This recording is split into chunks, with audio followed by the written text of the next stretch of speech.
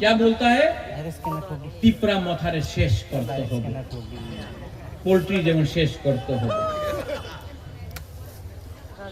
টিপরা মাথা গুন্ডা ভাষাকে আমি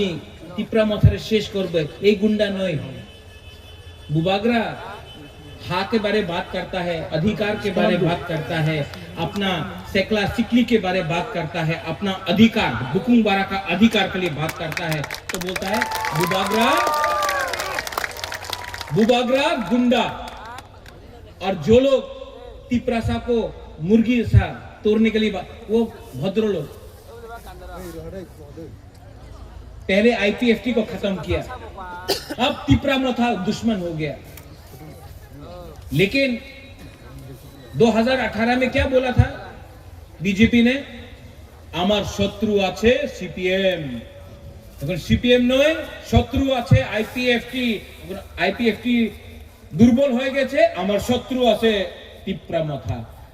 সত্য কথা আছে তোমার শত্রু তোমার লোভ